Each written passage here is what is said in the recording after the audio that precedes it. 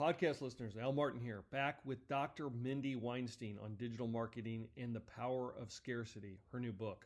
Scarcity is where we will jump in and we'll talk about how consumers can avoid being drawn in by scarcity marketing. Enjoy. To Making Data Simple, where we make the world of data effortless, relevant, and yes, even fun.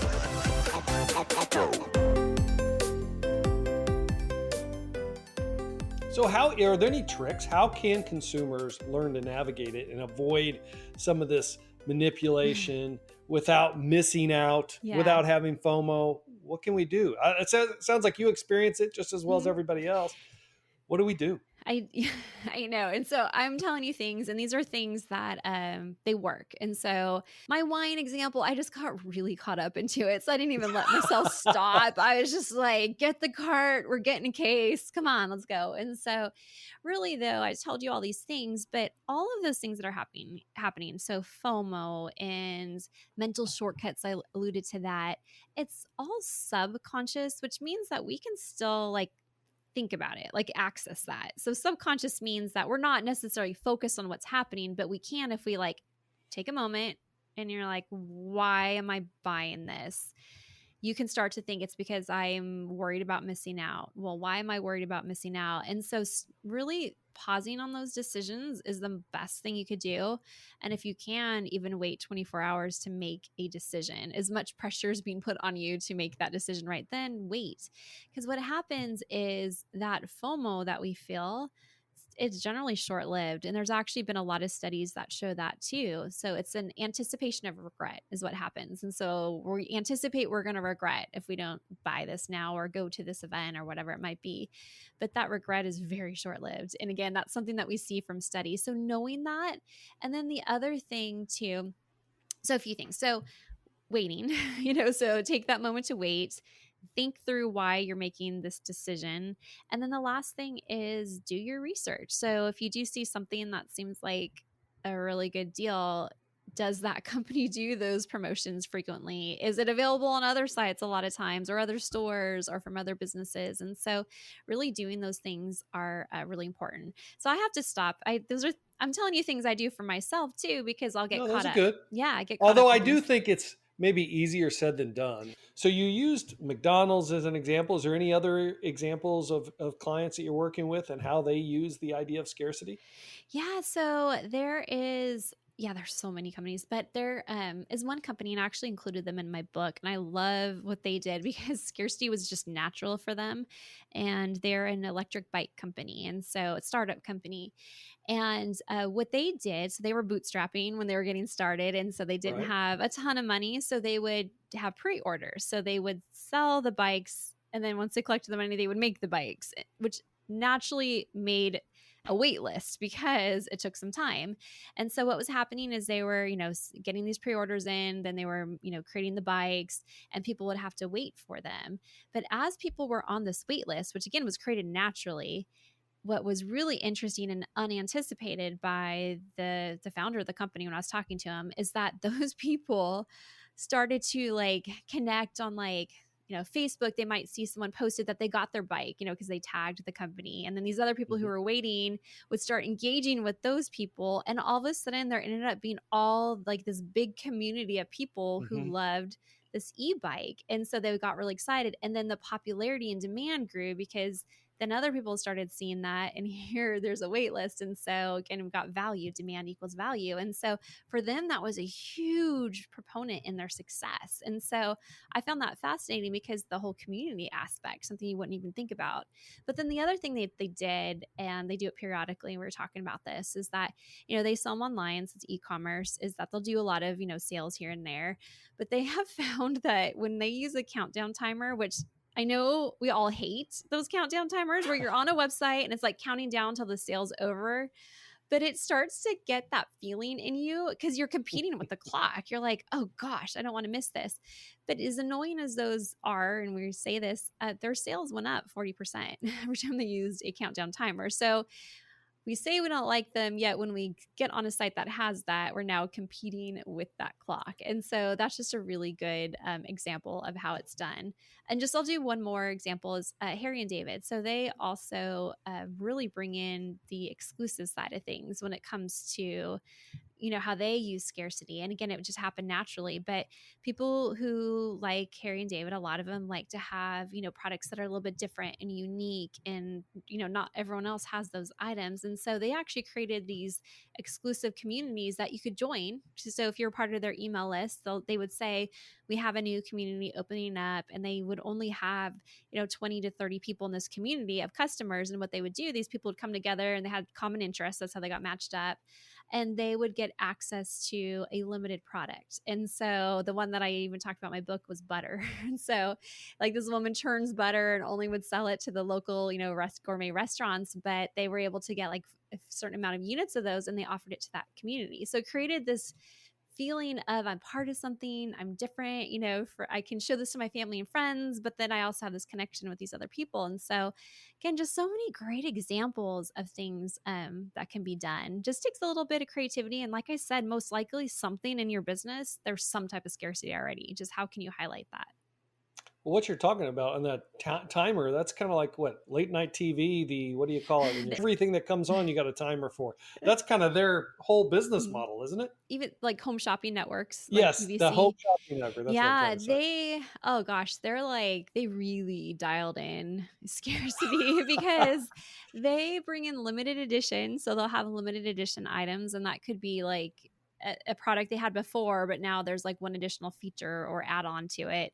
And then they'll have like the demand related. So showing popularity. Oh, we only have so many left, and the host is saying, oh, now we have 10 left. And then you have, that time. Plus you can see what the price is like now, but what it's going to be later. And so a lot of FOMO involved, but it works. And they've also been able to evolve too, watching them, even as our shopping habits have changed, they definitely made an e-commerce presence, but they know how to bring in scarcity. Now, is scarcity marketing essentially the basis by which Black Friday was informed? Is that essentially the whole thing, the whole concept? So Black Friday, oh yes. I mean, if you want to see scarcity in action, that's Black Friday, Cyber Monday. But Black Friday is definitely huge with scarcity. And there's a lot of reasons. I mean, you have stores that have a certain amount, so they limit the amount of items at a certain price. We know historically that that's when their sales on certain things are going to be slashed. And so you've got time-related scarcity, you've got supply-related scarcity, but then you also have demand because, so many shoppers are going to also be out there. And so definitely the prime example of scarcity and how strong it really is. Yeah. So we are a technology, podcast, but look, we get into all kinds of different things. But my question is what role does data play in marketing, and how do you think it's used to increase or decrease the scarcity mindset? Yeah. So data, I mean, that's huge. So knowing like I talked about your best sellers and most popular, you're going to know that from your data. What are people looking at? What are they clicking on? Booking.com, I feel like, because I'm going to give you another example to answer this question. Yeah. They have done also a phenomenal job of using scarcity, but they're still basing it on data. And so letting when you've been on this travel website, like, how many rooms are left, in the San Diego hotel, and they're giving you that information in real time, which is pulling in that data, but it also then creates FOMO because well, gosh, all those people are getting in that hotel. I want to make sure I can get in that hotel too. And so really important to know what is popular. How can we keep things updated if something is running low in stock, having that type of information that's out there, and then being able to see people's preferences too. And what are they doing and what's their behavior? So to me, it's such a huge part of it all to understand that. What other areas of technology, whether it be AI or otherwise, do you see as critically impacting marketing today and also at the advent of our future? Well, yeah, AI. I was going to say that. So AI. I'm sure that was going to be mentioned, but I figured I'd Yeah. let you mention it. Yeah. So, I mean, really, because then that's letting us look at so much data at once and identifying those patterns, and we're able to make decisions that way. So, and, of course, AI has been built into so many marketing tools already, so a lot of the tools that we're using to make decisions because we're seeing these analytics, well, that's already pulling from that. So to me, it's helping us make more of those informed decisions, and then also, of course, personalize the information that we're putting out there. But it's just that depth of information now that we can see using AI. And of course, that's not going anywhere. It's just evolving. Do you think you can survive as a marketing company without AI today? Ooh, that's a good question. I think it's hard. It'd be hard. I think right now you could still survive, but I think it'd be very difficult, and you're going to be behind everybody else who's able to use this and to advance with it. Do you teach in your seminars, in your classroom, on how to make better use of AI? I love that you asked me that well, now I'm giving you like more information than you asked for, but this was actually something that was even discussed in a faculty meeting yesterday, because we talked about a lot about AI, and not just marketing faculty, it was all business faculty.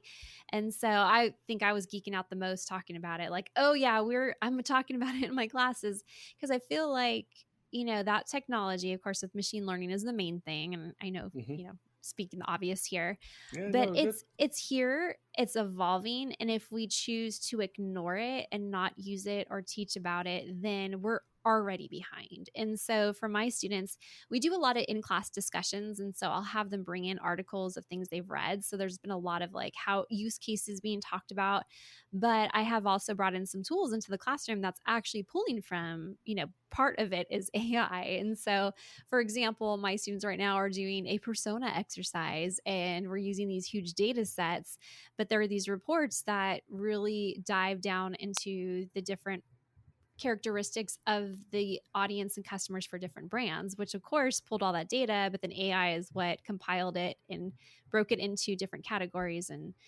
called out different things for them. So I'm using it. Let me ask you something. That's curious. That's a curious answer. I mean, I get it, but my question is why is whether to teach AI or not actually in debate? I don't want to set you up, but I'm just No. So part of it is really, it's not necessarily teaching it, and I'll just be actually totally be candid to like the academic side. It's that idea of AI makes a lot of things easier. Does that mean it makes it easier for students and doing assignments and papers, and you can go through this whole thing? And so that's more of the how much do we push it, because then it calls into question of how do we keep integrity within the different submissions from students. And so that's been a lot of the conversation, without a lot of answers yet, but that's been some of the concern more than anything else. But like I said, I'm here on the marketing side going, oh no, we need to use it. I'm sure. Great. Well, look, I'm sure some of your conversation is probably surrounding ChatGPT, I presume. Oh yeah. I just didn't call that out, but that's been the huge part of the conversation. Any thoughts on how to address that? I mean, look, it is pretty good. I mean, I use it today. If I'm going to create a paper, particularly if I got writer's block, I will go out there and ask a question and get some snippets, and then I'll edit it from there. I mean, I think it's going to be here to stay, but I'm on the other side. So what do you think? I think I've been using it too, actually, since it came out. I've been using it. And so I've been using it, like you just said, almost for a starting point, so if you are trying to research something or you're trying to put something together, some kind of content, it's a good starting point. Someone was just telling me a story yesterday of their CEO. They had written his bio. 3 different people wrote the CEO's bio. He didn't like any of them. And so they put it through ChatGPT, and that was the one he liked. And they didn't tell him. He's like, see, that's what I'm looking for. And they're that, well, gosh, I guess then he doesn't need us. He's got so, but to me, it's an opportunity. And so I look at it, and how I'm teaching it to students is it's another tool that you can use that still requires you to give it input, and you at the end of the day to, to make sure and take what you have and look at it and make sure it's good to go or needs those revisions. And so just where we're at, who knows where we're going to be at with it down the road. But that's how I view it. And I've been using it. So I got to believe that there were the same debates when the calculator was first introduced. I've not met a time on ChatGPT where I haven't taken it and edited it yet, because it's not relevant to the context in which I'm asking it. So it's always got to be tweaked, but it does help to get started. It does. And I can't, particularly in some fundamental type of, I think like grade school and stuff like that, that's where it's going to be difficult, where you can get a good paper that's, maybe answers the question. I don't know. They're going to have like an hour-long session where you write your paper in front of you. There you go. Do it. Yeah. Well, it's interesting though, like you saying that. I even had my son who was in grade school a few years ago. I caught him in the kitchen asking, this is so bad, I'm even totally throwing him under the bus, but he was in second grade or third grade. He's doing his math homework, and he was actually asking Alexa the math problems and then writing down the answers. And we're like, buddy, that's cheating. And he was actually shocked. He goes, why? My teacher said to use all the resources possible to do our homework. I go, I don't think she meant smart. She didn't mean Alexa. And I ended up telling his teacher, and she laughed and laughed. And she then later told me, I've been telling everyone that story because she goes, he's right. I did say use every resource available. I just hadn't thought about that. So in his mind, he wasn't. And so you're right. Like, what's it going to be like? Who knows? Yeah, I know. It's a difficult concept. I think it's here to stay, though. So we're going to have to figure out how we're going to address it. So thank you for today. I got a couple more questions, but I want to ask you about marketing a bit. What didn't we cover here today on scarcity that you'd like to cover? Anything that I missed? We covered, so much. I feel like we covered everything, but just as a reminder, with what I was talking about is when you're thinking of it from a business perspective, it doesn't have to be something that's costly to implement. It's just the way that you are wording things and how are you positioning certain products or services. And so just keep that in mind, and then, do some testing, and that's where data again is going to help you test and see if I try this type of scarcity, is it going to work? Am I going to generate more revenue? And then go from there.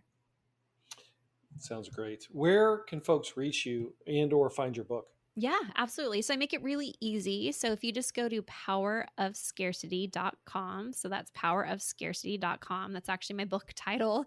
It'll take you to my website where you can buy the book. So all the different booksellers are listed there, and then get other information on how to connect with me. All right. So are you on LinkedIn? Is that another Oh, good yeah. spot, I'm on LinkedIn. Yeah. Big LinkedIn user. So definitely you can find me on there. Very active. And what about Market MindShift? Yeah, so Market MindShift is my marketing company. And so if you want to learn more about what I do outside of the academic world, marketmindshift.com is my company, and you can definitely learn more there. All right. Thank you so much. Hey, a couple questions to end, if you would. Who do you think's the best, when you're in marketing, you're an expert in marketing, who do you consider the best marketer of all time? Ooh, okay. So that's such a good question, because the first person that comes to mind is not even a marketer, but it's just the fact of the knowledge that he's put out there. And he didn't intend for it necessarily to be something that marketers would grab onto, but they have. And that's Dr. Robert Cialdini. So he wrote the book Influence. And so he's been really great. So he's actually lives not far from me too. So we had lots of conversations. But when you talk about really adding to the marketing community and the body of knowledge, like he has done so much. And like I said, and he didn't write the book necessarily as a marketing book, but us marketers sure grabbed onto it. Is that a common book that marketers go towards? Influencer? It's one of those books that a lot of marketers go to, absolutely, because it has all the different factors that influence and persuade people. So understanding those, he talks through the concepts behind them, but looking at those and thinking about, what's going on, from the psychological perspective, how can you apply that, in your marketing efforts? It is a big go-to book for a lot. Very good.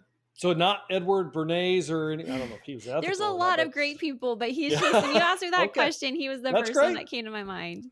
Is there any, that's a great book. I already put it down in my notes. Any other books that you find fascinating that you would recommend to our listeners?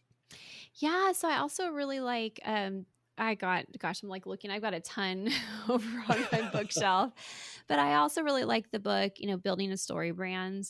That one's a really great one. Thinking just more again, what message are you putting out there to customers? And so, but then I even love so I'm giving you ones that aren't all necessarily like traditional marketing books, but even Tipping Point is one of my favorite books, Yeah. Okay. because just understanding, what Read makes that. things take off. And so I read a lot, but those are the ones that I'll go back and keep referencing.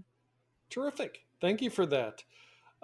Look, you're very well spoken. You should have your own podcast. So thank you for being here. Last question. What do you do for fun? Oh, okay. Two things. So there's two things. I love to hike. And so my 17-year-old and I, we do a lot of hiking together. If you've been to Arizona, that's a thing.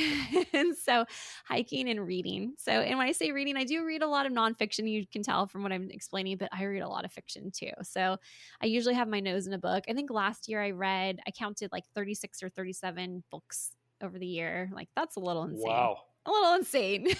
Well, you know what? I have to tell you, you're going to think this is absolutely insane, but my daughter reads over 100. She's crazy. Whoa, She is reading nonstop. And in fact, she just graduated from college and she doesn't get enough sleep. She's back home for the time being. And I'm like, you have got to, because she's reading all the time. She can't stop. It's like an addiction. I've never seen it. I wish I was that way. Yeah. But 37 is phenomenal as well. Nicely done. I don't know now. That doesn't sound like so much. I think I need to up my game here. Yeah, she's out of control. No issue there. So thank you so much for being. Hey, one last. I said that was the last question, but where are you in Arizona? I live in Scottsdale, Arizona, but my school where I'm sitting right now is in Phoenix. So Grand Canyon University. But yep. So in Scottsdale.